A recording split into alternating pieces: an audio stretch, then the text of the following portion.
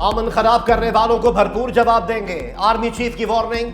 General Syed Asim Munir का पेशावर का दौरा, कहा फितना अल खवारिज और इनके नेटवर्क के खिलाफ मुत्तहिद हैं। सिक्योरिटी फोर्सेस ने इस फितने के खिलाफ नुमाया कामयाबियां हासिल की, लगन अज़्म और कुर्बानियों के साथ कामयाबियां हासिल करेंगे। आर्मी चीफ को मौजूदा सिक्योरिटी सूरत हाल और फितना अल खवारिज के खिलाफ जारी इंसदाद दहशतगर्दी की कार्रवाइयों पर ब्रीफिंग। गवर्नर फैसल करीम कुंडी, वजीर आला खैबर पख्तूनख्वा अली अमीन गंडापुर और वफाकी वजीर दाखिला मोहसिन नकवी की भी शिरकत। आर्मी चीफ ने मुसल्लह अफवाज और कानून नाफिज करने वाले इदारों की कुर्बानियों को सराहा।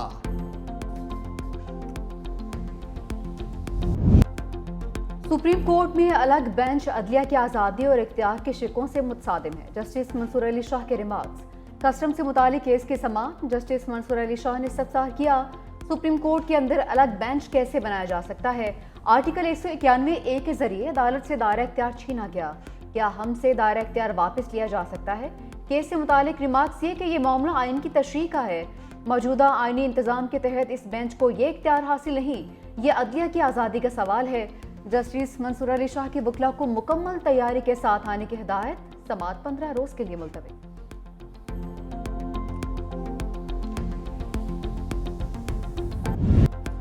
अगर कोई आर्मी ऑफिसर आइन मुअत्तल करता है तो क्या सजा है। जस्टिस मसरत हिलाली के रिमार्क्स। सुप्रीम कोर्ट के आईनी बेंच में फौजी अदालतों के केस की समाअत। जस्टिस मसरत हिलाली ने कहा, आर्मी एक्ट में क्या आइन मुअत्तल करने की सजा है। वकील ख्वाजा हारिस ने कहा, आइन के आर्टिकल 6 में आइन को मुअत्तल करने की सजा है। जस्टिस जमाल खान मंदुखेन ने कहा, आर्मी एक्ट के मुताबिक तमाम जराइम का इतलाक फौजी ऑफिसर्स पर होगा। जस्टिस हसन अजहर रिजवी ने कहा कि हम देखना चाहते हैं कि मिलिट्री ट्रायल में शवाहिद का मेयार क्या था, क्या शफाफ ट्रायल का हक दिया गया, क्या दिफा में गवाह पेश करने का हक मिला। ऑफिशियल सीक्रेट एक्ट में तरमीम 11 अगस्त 2023 में हुई, क्या कानून का इतलाक माजी से किया गया। जस्टिस अमीनुद्दीन ने कहा, सजा याफ्ता लोगों ने अपीलें भी करनी है जिस पर असरअंदाज नहीं होना चाहते। जस्टिस मोहम्मद अली मजहर ने कहा, बेंच सरबरा से माजरत के साथ मिलिट्री कोर्ट्स फैसलों का जायजा लेना जरूरी है। मजीद समाअत कल होगी। बानी पीटीआई पेश नहीं हुए, फैसला मौखर करता हूँ। एहतसाब अदालत के जज के रिमार्क्स। 190 मिलियन पाउंड रेफरेंस का फैसला तीसरी बार भी मौखर। एहतसाब अदालत के जज नासिर जावेद राना ने कहा कि फैसला तैयार और दस्तखत शुदा मेरे पास है, सुबह 8:30 बजे से अदालत में मौजूद हूँ। बानी पीटीआई को 2 बार पैगाम भेजा लेकिन वो नहीं आए, ना ही बुशरा बीबी या उनके वकला की जानिब से कोई पेश हुआ। बानी ने कहा, फैमिली और वकला के आने तक नहीं आऊँगा। जज नासिर जावेद राना ने कहा कि फैसला सुनाने के लिए मुल्जिमान को एक और मौका दे रहा हूँ। अब केस का फैसला 17 जनवरी को सुनाया जाएगा।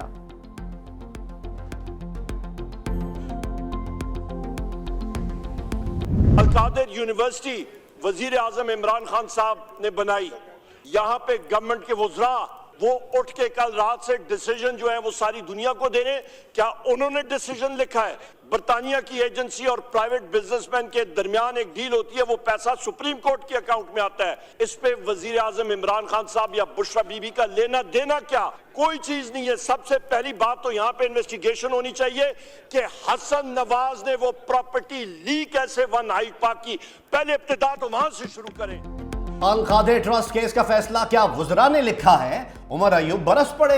ऐवान से खिताब में कहा, वफाकी वुज़रा केस पर अपने फैसले दे रहे हैं। इस केस से बानी पीटीआई या बुशरा बीबी का कोई ताल्लुक नहीं।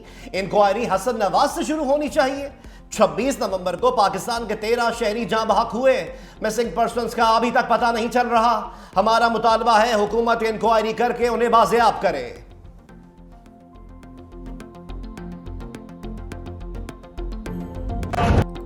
कौमी असम्बली में ऊ की आवाज़ें। वज़ीर दिफा ख्वाजा आसिफ बोलने आए तो अपोजिशन अरकान का शदीद एहतजाज। डेस्क बजाए नारेबाजी करके माहौल गरमा दिया।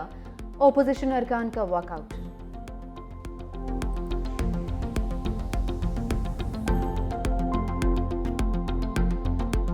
मुझे एक्यूज किया जाता है कि मैं मुज़ाकरात के खिलाफ हूँ। ये खुद खिलाफ है। ये जो इन्होंने बिहेवियर किया है, किसी मुज़ाकरात की कामयाबी में वो मावन साबित हो सकते हैं।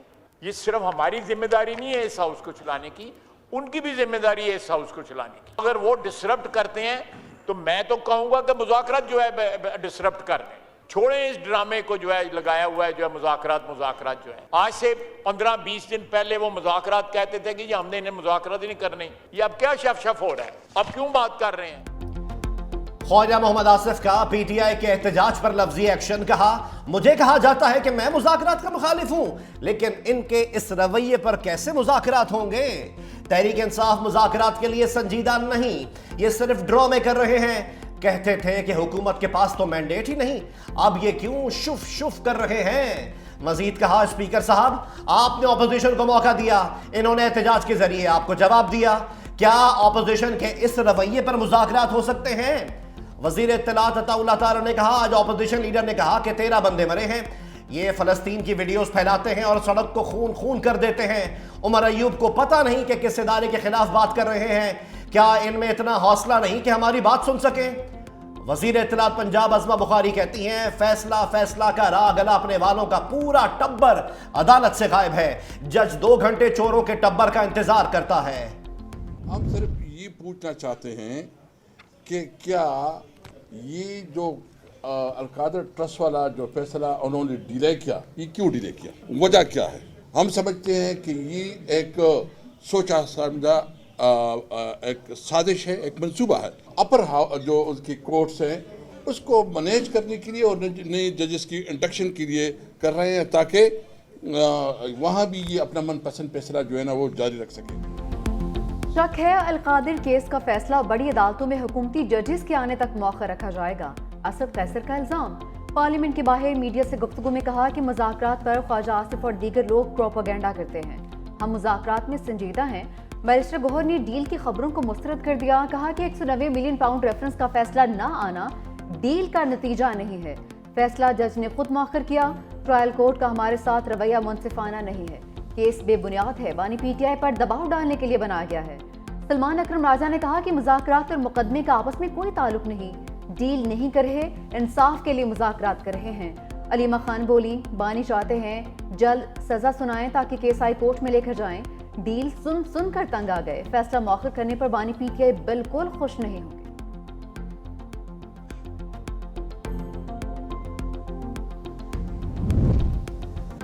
बानी पीटीआई से मुलाकात होते ही मुज़ाकराती सिग्नल भी बहाल।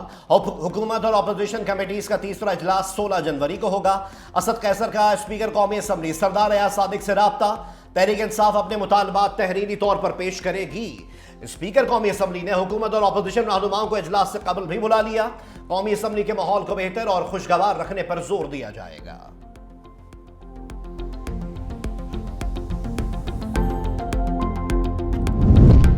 वज़ीर आला पंजाब मरीम नवाज की तहरीक इंसाफ पर लफ्ज़ी शैलिंग। भावलपुर में होनहार स्कॉलरशिप प्रोग्राम की तकरीर से खिताब में कहा, आग लगाने वाला पासबान नहीं हो सकता, कोई पासबान दूसरे सूबे से आकर हमलावर नहीं हो सकता। सिक्योरिटी फोर्सेस के जवानों को ब्लैंक पॉइंट पर गोलियां मारी गईं।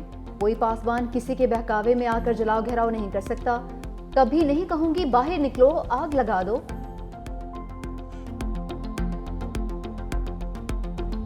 मुज़ाकरात का मकसद ये नहीं कि आप 9 में जैसे खौफनाक जुराइम से आप बच सके, जो तोशाखाना में किया वो आप बच सके। मुज़ाकरात का मकसद ये नहीं है कि जिस तरह बोलदार साहब की हुकूमत में कौन चला रहा था, किस तरह चल रही थी, वहाँ पे किस तरह ट्रांसफर पोस्टिंगों की दुकानें खुली हुई थी, वो सारी चीजें आपको माफ हुई जाए। मुज़ाकरात पार्टी से पार्टी टू पार्टी होने चाहिए। किसको नहीं पता कि इमरान खान ने घड़ी जो है वो ली, घड़ी बेची, बेच के फिर ये झूठ बोला। प्राइम मिनिस्टर था, बोले मैंने वो पैसे से जो सड़क बनाई। कौन नहीं जानता कि 9 मई को उसकी गिरफ्तारी पर जो है जो कुछ हुआ उसके पीठ पीछे इमरान खान नहीं था। शर्जील इनाम मेमन ने तहरीक इंसाफ को खरी खरी सुना दी। कहा, मुज़ाकरात का मतलब यह नहीं कि बानी पीटीआई को जुर्म की मुआफी मिल जाएगी। कौन कहता है बानी पीटीआई 9 मई के पीछे नहीं थे? पेट्रोल बम हमले जायज हैं, इनके वकला ही बता दें। बानी पीटीआई के जराइम किसी से ढके छुपे नहीं। बानी पीटीआई ने घड़ी बेची और फिर झूठ बोला। मजीद कहा कि हब कैनाल पर काम हो रहा है, पीपल्स पार्टी विफाक का नहरों का मंसूबा कबूल नहीं करेगी।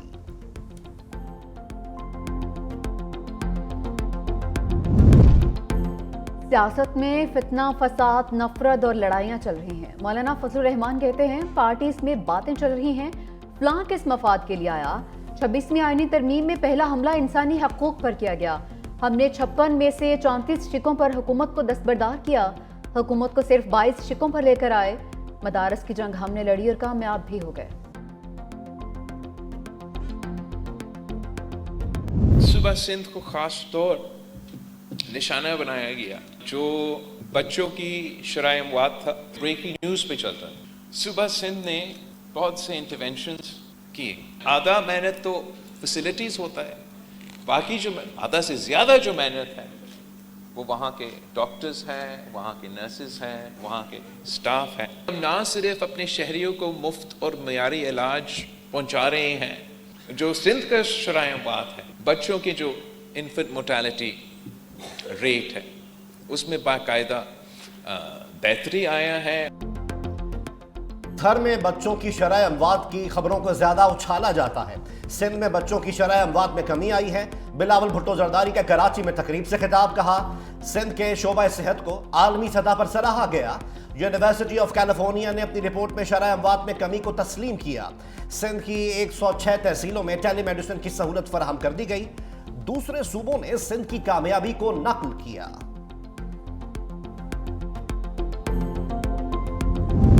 कुर्रम में एपेक्स कमेटी के फैसलों पर अमल दरामद। जिला इंतजामिया ने कबाइल के 2 मोर्चे मिसमार कर दिए। खारखले और बालिशखेल में एक बंकर मिसमार किया गया। गनशिप हेलीकॉप्टर्स के इलाके में परवाजें इलास्लाह भी तहवील में ले लिया जाएगा। मंदूरी में कबाइल का मुतालबात के हक में धरना। रास्तों की तवील बंदिश के बाइस पारा चिनार में शटर डाउन हड़ताल। ताजरों का काफिला आने तक बाजार बंद रखने का ऐलान। अशिया खोरनोश की किल्लत से शहरी परेशान।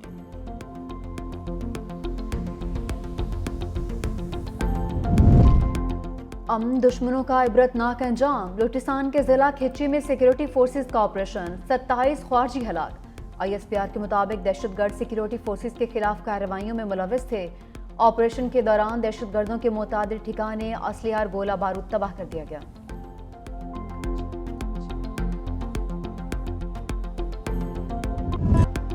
PSL की रंगारंग ड्राफ्टिंग में डॉलर्स की बारिश। प्लैटिनम कैटेगरी मुकम्मल।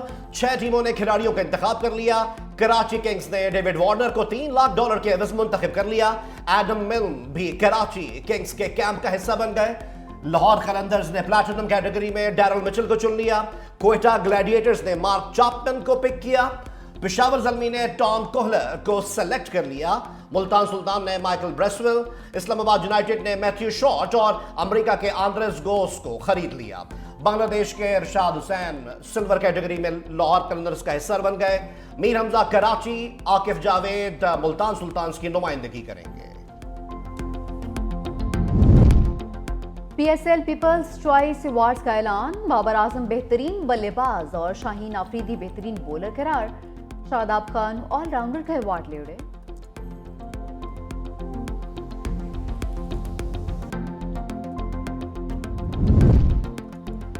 बानी PTI की अहलिया बुशरा बीबी का कानूनी इम्तिहान। 26 नवंबर एहतजाज केस में 3 अबूरी दरख्वास्त जमानत मुस्तरद। एडिशनल सेशन जज मोहम्मद अफजल मजोका ने इस्तफसार किया, आपने अभी तक जमानती मचल के ही जमा नहीं कराए। अदालत के हुक्म पर अमल दरामद भी नहीं कर रहे। 3 अबूरी दरख्वास्त जमानतें खारिज की जाती हैं। बुशरा बीबी की थाना रमना में अबूरी दरख्वास्त जमानत में हाजिरी से इस्तिस्ना की दरख्वास्त मंजूर। अबूरी जमानत में 23 जनवरी तक तौसी।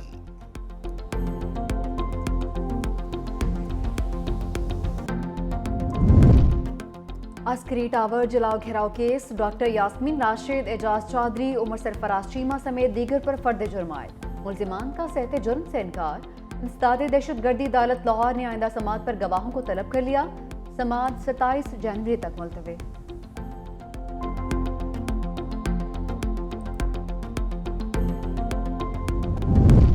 बड़े बेमुरव्वत हैं शेर अफजल मरवत। पार्टी पॉलिसी के खिलाफ बयान देने पर एक बार फिर शो कॉज नोटिस जारी। जवाब देने तक मीडिया पर पार्टी की नुमाइंदगी से रोक दिया गया। शेर अफजल मरवत ने कहा, मैं कई बार खामोश रहा और कितना खामोश रहूंगा। जब मुझे कोई तंग करेगा तो मैं जवाब दूंगा। मेरे बयानात को तोड़ मरोड़ कर दिखाया जाता है।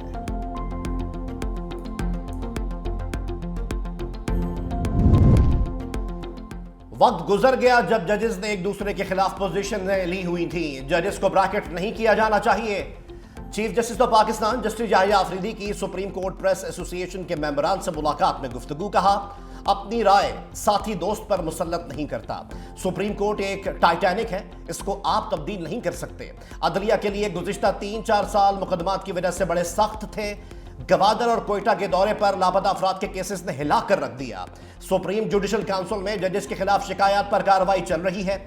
जस्टिस मंसूर अली शाह को ADR पर काम पर सलाम पेश करता हूं। आवाम से जमा टैक्स शाह खर्चियों पर उड़ाने की तैयारी। फेडरल बोर्ड ऑफ रेवेन्यू का 1000 से जायद नई गाड़ियां खरीदने का फैसला। 6 अरब रुपए से जायद खर्च होंगे। एफबीआर ने कारसाज कंपनी को गाड़ियां खरीदने के लिए लेटर ऑफ इंटेंट लिख दिया। गाड़ियों की खरीदारी 2 मराहिल में की जाएगी। एफबीआर मुकम्मल रकम अदा करेगा। 3 अरब की पेशगी अदायगी की जाएगी। 500 गाड़ियों की पहली खेप की तरसील के बाद बकिया अदायगी की जाएगी। दुनिया के 7 ममालिक से 52 पाकिस्तानी बेदखल। सऊदी अरब में 41 पाकिस्तानियों को वापस भेज दिया। बेदखल किए जाने वालों में 2 ब्लैकलिस्ट, 1 भीख मांगने वाला शामिल। स्वीडन से 1 और अमेरिका से 2 पाकिस्तानियों को गैर कानूनी दाखिले पर वापस भेजा। ओमान से वीजा मियाद खत्म होने पर 1 पाकिस्तानी। मुत्तहिदा अरब अमारात से 3 पाकिस्तानियों को गैर कानूनी क़याम पर निकाल दिया गया।